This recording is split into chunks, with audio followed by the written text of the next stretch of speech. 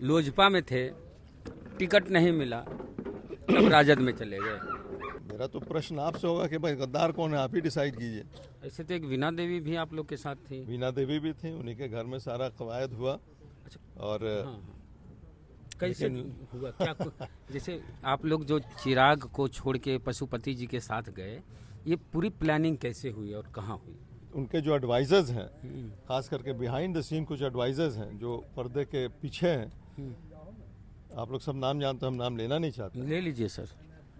सौरभ पांडे जी हैं। पशुपति पारस जी का क्या स्टैंड है?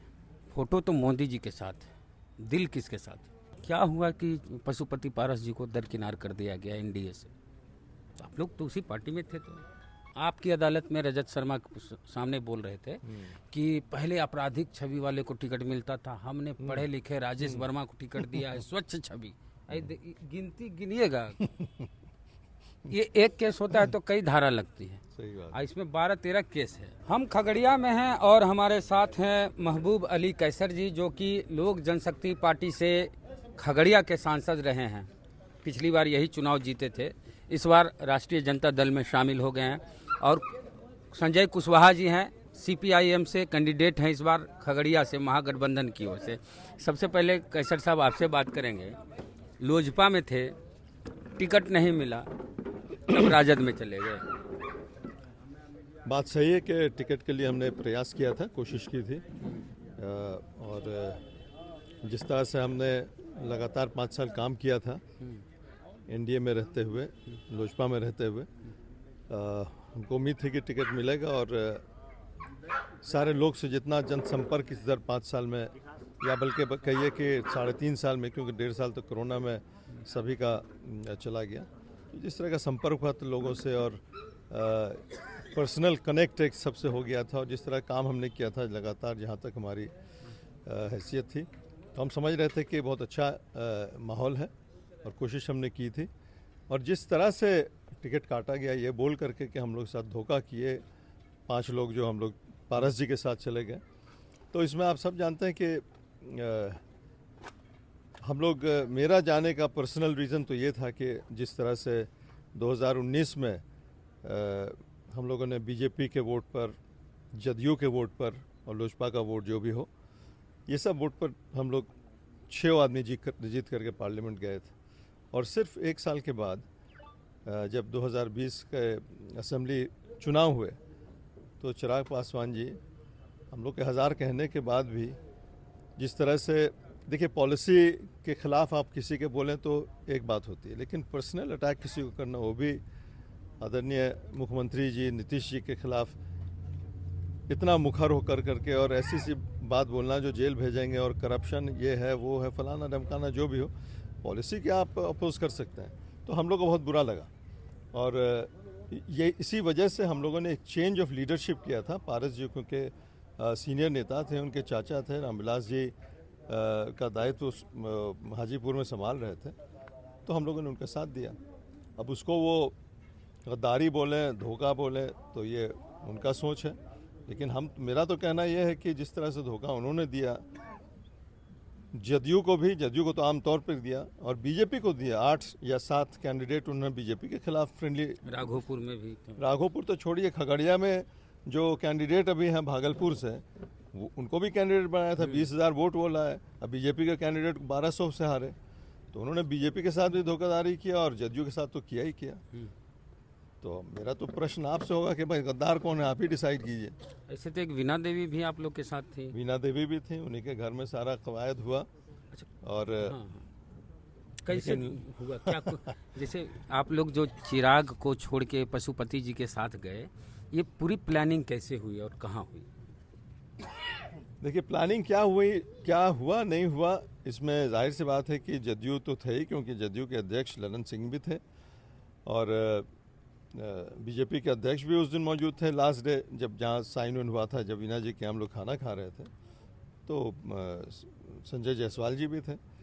लेकिन मेरा पर्सनली, हमने कहा कि मेरा जाने का वजह यही हुआ क्योंकि नीतीश जी हमारे टिकट में भी पिछले बार 2019 के उनका बड़ा रोल रहा, 3-4 बार वो हमारे क्षेत्र आए, और उनका बड़ा रोल था, उनका संरक्षण हमको था, बहुत चाहते थे हमको, और यहाँ तक हमको जानकारी है कि जब टिकट मेरा कट रहा था लोजपा से, तो उन्होंने रामविलास जी को, स्वर्गीय रामविलास जी को कहा कि आप नालंदा ले लीजिए और खगड़िया हमको दे दीजिए, छोड़ दीजिए। तो यहाँ तक हद तक उन्होंने मेरी मदद की थी।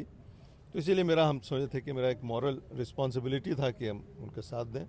और जिस तरह से भद्दी भद्दी बात उनके खिलाफ कहा गया, उससे हम लोग ज़रूर आहत थे, दुखी थे। अब राजद में क्यों चले गए? अब तो नीतीश के साथ होना चाहिए फिर आपको।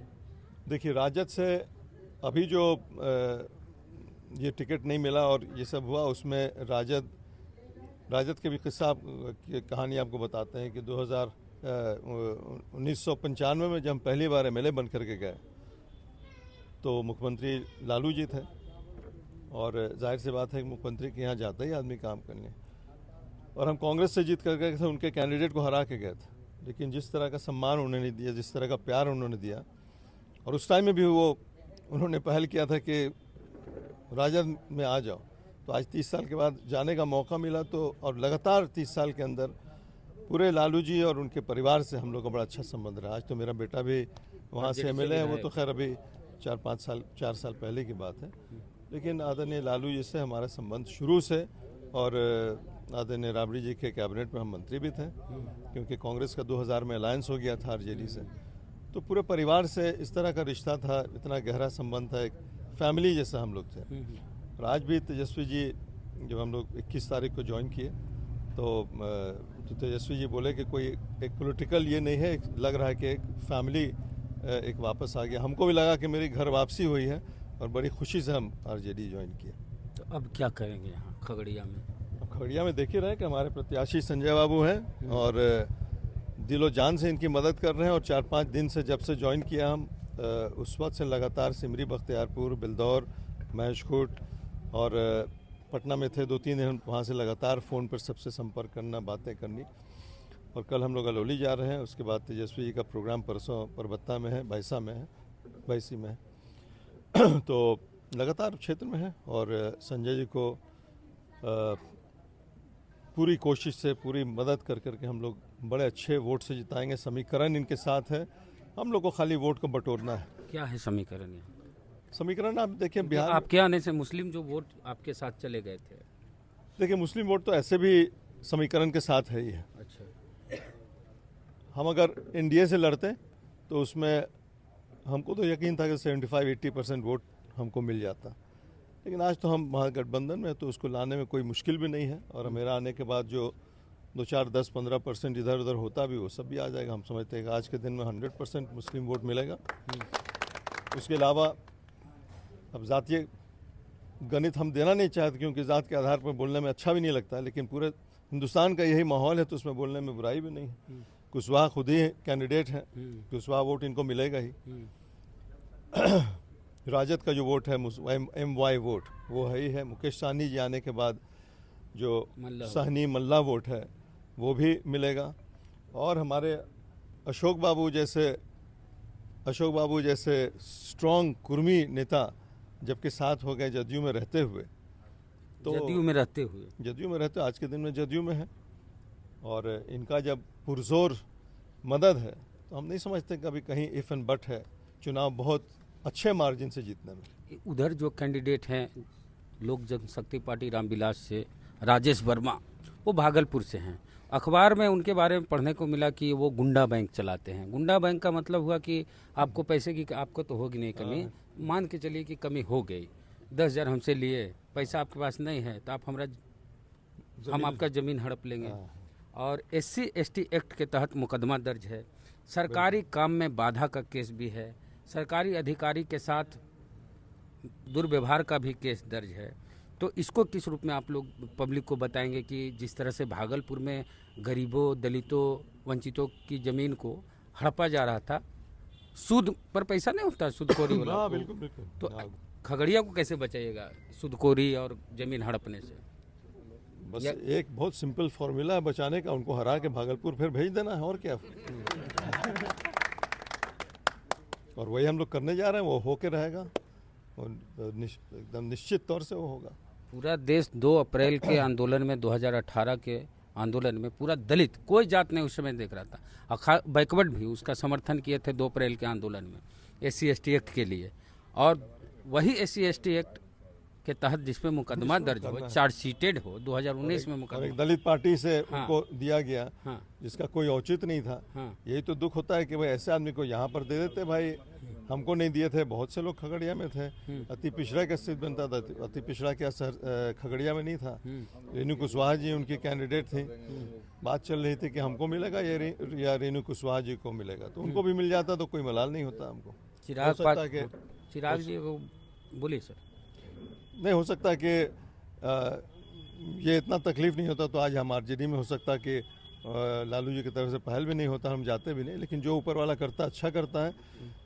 इस सब कवायद को लेकर के हम आरजेडी में आ गए तो एक लगा कि अपने घर लौटे हैं और एक घर वापसी हुई मेरी। तो चलिए, जो ऊपर वाला करता हम समझते हैं कि अच्छा करता है। चिराग जी अभी बोल रहे थे कि हर पिता चाहता है कि बेटा उससे आगे जाए, और मेरे पिता भी ऐसा चाहते थे और इस बात को कहते थे कि बेटा अगर बाप से आगे चल जाए तो बाप के लिए बड़ी खुशी की बात है। मेरा यही प्रयास है। तो रामविलास पासवान से आगे निकलने का प्रयास है चिराग पासवान का, और ट्वीट भी किए हैं ये।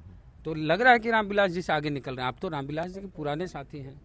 नहीं, रामविलास जी देखिए एक बहुत ही अच्छे पॉलिटिशियन तो थे ही, एक स्टेट्समैन थे, खाली पॉलिटिशियन नहीं थे। और सबसे बड़ी बात है बहुत अच्छे इंसान थे। और ठीक है, हर बाप की ख्वाहिश होती है कि बेटा हमसे भी आगे बढ़ जाए, और हम लोग उनके पार्टी में थे, हम लोग भी चाहते थे। चिराग जी के अंदर सब कुछ था, देखने में अच्छे थे, बोलने में अच्छे थे, विरासत में राजनीति था, खून में राजनीति था। लेकिन उनका तरीका इधर, जो उनके जो एडवाइजर्स हैं, खास करके बिहाइंड द सीन कुछ एडवाइजर्स हैं जो पर्दे के पीछे हैं, आप लोग सब नाम जानते हैं, हम नाम लेना नहीं चाहते। ले लीजिए सर। सौरभ पांडे जी हैं। तो ये सब गलत किस्म का एडवाइस 2020 में गलत एडवाइस दिया। हमको बोल रहा था कि यूसुफ को सिमरी बख्तियारपुर से लड़ा दिए। बोले भाई हारने के लिए हम क्यों लड़वाने जाए, तो हम लोग 70-80 सीट ला रहे हैं, आप देख लीजिएगा। हम बोले कि एक सीट भी आ जाए तो गनीमत है, और वही हुआ, एक ही सीट आया। तो ये मिसकैलकुलेशन, तो ये एक सीट वरगलाना किसी नेता को, हम समझते हैं कि रॉन्ग एडवाइजर्स हैं उनके। तो एक सीट जो आया मटिहानी में, वो भी नीतीश जी लेके चले गए। वो भी नीतीश जी लेके चले गए। तो पूरे 2-3 साल पूरा बिहार में घूम घूम के कहते थे कि नीतीश कुमार मेरी जान लेना चाहते हैं, मेरी पार्टी को तोड़ दिए, मेरे परिवार को तोड़ दिया गया, इसका बदला लेना है। और अभी नीतीश जी के साथ चले गए हैं। हाँ बिल्कुल। अब वो क्या बोले परिवार तोड़ना, क्या हम तो समझते हैं कि नीतीश जी को उन्होंने पीठ के पीछे छुरा भोंका। अब उनके पार्टी को, उनके परिवार को कैसे तोड़ना चाह रहे थे ये हम नहीं जानते। हम लोग तो चेंज ऑफ लीडरशिप जैसा हमने कहा कि वो किया, और वो भी कब किया, जबकि नीतीश जी के खिलाफ 2020 में सारी कवायद हुई, पूरा दुनिया देख रही थी किस तरह से हर असेंबली कॉन्स्टिट्यूएंसी में कैंडिडेट उनके खिलाफ दिया गया और बुरा भला कहा गया। तो उसका रिएक्शन तो होना वाजिब था। ये रामविलास पासवान की जन्मभूमि है। चिराग पासवान भी कहीं यहीं से आते हैं, पशुपति पारस जी भी यहीं से हैं। बिल्कुल। पशुपति पारस जी का क्या स्टैंड है? फोटो तो मोदी जी के साथ, दिल किसके साथ? अब देखिए, हम आरजेडी जब से ज्वाइन किया उनसे बात नहीं हुई है। अब दिल का हालत तो वही जानते हैं भाई, उनसे बात नहीं हुई है। क्योंकि उनकी लेकिन जो उनकी ज़बानी जो हम लोगों ने सुना कि वो आदरणीय प्रधानमंत्री जी के साथ है, तो हम लोग उसको फेस वैल्यू पर लेते हैं।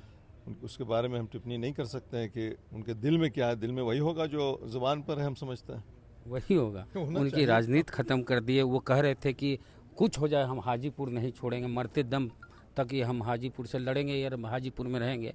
उनको हाजीपुर से टिकट काट दिए और भाई का भी टिकट काट दिए। देखिए वो जब भी बात होती थी, हम लोग तो पारस जी के साथ थे ही थे, तो वो हम लोग सभी को आश्वस्त करते थे, अपने बारे में तो थे ही कि हाजीपुर भी लड़ेंगे और खगड़िया भी और वैशाली भी और समस्तीपुर भी और नवादा भी। तो वो आश्वस्त है कि हमारी बात एकदम ऊंचे लेवल पर बीजेपी के नेताओं से भी हुई है। 5 सीट हमको मिलेगा और हम लोग लड़ेंगे, हमारे पास 5 MP है। तो हम लोग उनके बात पर थे। ऐसा क्या हुआ कि पशुपति पारस जी को दरकिनार कर दिया गया NDA से? आप लोग तो उसी पार्टी में थे। तो अब क्या हुआ, ये तो बातचीत होती होगी। ये तो नहीं, हम लोग तो जैसा हमने कहा कि हम लोग तो अस्वस्थ थे, लेकिन बीजेपी का जो श्रेष्ठ नेतृत्व है उनको शायद ऐसा लगा हो कि चिराग पासवान जी को 5 सीट दे लें तो 5 जीत जाएंगे, ऐसा लगा होगा तभी तो उन्होंने किया ऐसा। अब तेजस्वी जी का कितना इम्पैक्ट रहेगा? अब तेजस्वी जी का इम्पैक्ट तो दिन ब दिन बढ़ता जा रहा है, और जिस तरह से न्यूज़ में पहले 6 आना है महागठबंधन का, 12 आना है, 15 हो गया। हम समझते हैं कि चुनाव ख़त्म होते होते 25-30 तक महागठबंधन जो है वो पहुंच जाएगी। उसमें कांग्रेस शामिल है, हमारे CPI शामिल है, और तमाम मुकेश सहनी शामिल हैं, कांग्रेस है। हम समझते हैं कि बहुत अच्छा परफॉर्मेंस होगा। अब हम सेफोलॉजिस्ट तो है नहीं कि सारे इसमें जा करके आकलन करके सही बता दें।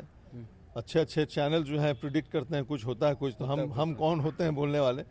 लेकिन ऐसा माहौल से लगता है कि महागठबंधन बिहार में भी अच्छा करेगा, पूरा इंडिया जो है वो इस बार चुनाव में, क्योंकि इस बार चुनाव में ये देखने को मिल रहा है कि जो रियल मुद्दे हैं वो सामने उभर के आ रहे हैं। रियल मुद्दे क्या है? वो नौकरी का सवाल हो, नौजवानों का नौकरी का सवाल हो, प्राइस राइज का सवाल हो, महिलाओं का शोषण का सवाल हो। अब देखें जिस तरह से पहलवानों को जो ओलंपिक में या कॉमनवेल्थ गेम्स में मेडल ला करके आए हैं, सड़क पर 2-2 महीना तक उनके साथ क्या हुआ। किसानों का मामला हो, 6-6 महीना तक किसानों को ट्रैक्टर उनके ऊपर चढ़ा देगा। तो ये सब रियल इश्यूज ये सब है। और सबसे बड़ा इशू है कि पूरा संविधान आज के दिन में ख़तरे में है। आप देख लीजिए कि ईडी हो या CBI हो, इनकम टैक्स हो, यहाँ तक के कुछ कोर्ट्स भी ऐसे फैसले देते हैं, इससे प्रतीत होता है कि कहीं ना कहीं से इन्फ्लुएंस्ड है। तो ये बहुत अफसोस की बात है। आप सीनियर लीडर हैं, जिस तरह से केजरीवाल जी को चुने हुए CM को बेबुनियाद बात पर उनको हेमंत सोरेन है, तो ये सब सूरत के बारे में हम, आप चूंकि सीनियर लीडर हैं, सूरत में जो हुआ, जिता दिया गया बीजेपी कैंडिडेट को, मणिपुर में भी जिता दिया गया, 2 कैंडिडेट शायद वहाँ भी अनअपोज जीत गए जैसे सुनने मिला। तो देखा नोटा का भी बटन दबाने का अधिकार नहीं दिया गया। वही बोल रहे हैं ना कि पूरा संविधान खतरे में आज के दिन में है। तो ये सब रियल इश्यूज हैं। और जैसे आपने 4-5 और गिनवाया, हजारों और हैं। कितने वोट से जीत रहे हैं सर यहाँ? अब देखिए, जैसा हम बताएं कि भाई आंकड़ा हम कभी नहीं देखते कितने वोट से जीते, लेकिन अपार वोट से जीतेंगे हम लोग। 2.5 लाख से ऊपर वोट से जीतेंगे, इतना हम आश्वस्त हैं। हम अपने एक्सपीरियंस से 10 साल का कह सकते हैं। जिस तरह का समीकरण, जिस तरह की मेहनत हम लोग सब लोग कर रहे हैं, और जिस तरह के कैंडिडेट के अगेंस्ट हमारे संजय जी हैं, हम एकदम आश्वस्त है कि 2.5 लाख से ऊपर से वोट जीतेंगे। बाहरी और जाहिर सी बात है, बाहरी लोकल, उनका आप हलफनामा देख लीजिए, उनका जो कैरेक्टर दर्शाता है, और इधर के कैंडिडेट को देख लीजिए, सरजमीनी आदमी है, लोकल आदमी है, नेचर के अच्छे हैं, सबसे मिलना जुलना है। तो ये सब चीज़ को लेकर के, जैसा हमने कहा कि 2.5 लाख से कम वोट से आज के दिन में हम लोग नहीं जीत रहे हैं। इतनी धाराएं हैं, गिनते रहिए। इतनी धाराओं पर केस दर्ज है। चिराग पासवान 12 या 14 है।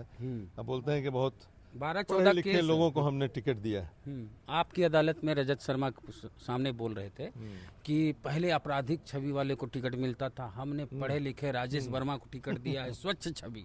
गिनती गिनिएगा, ये एक केस होता है तो कई धारा लगती है। सही बात। इसमें 12-13 केस है। तो चौधरी महबूब अली कैसर साहब से बात किए, पूर्व सांसद यहाँ से चिराग पासवान की पार्टी से रहे हैं। इस बार अब महागठबंधन के साथ आ गए हैं, RJD ज्वाइन कर लिया और पूरा घूम रहे हैं पूरे हर जगह, और कह रहे हैं इस बार 2.5 लाख वोटों से संजय कुशवाहा यहाँ से जीतेंगे। आपका क्या कहना है? उससे भी अधिक से कह रहे हैं। आपका क्या कहना, अगर आप स्थानीय खगड़िया के हैं तो बताइए कि किसकी जीत होगी, किसकी हार होगी? जय भीम, जय भारत।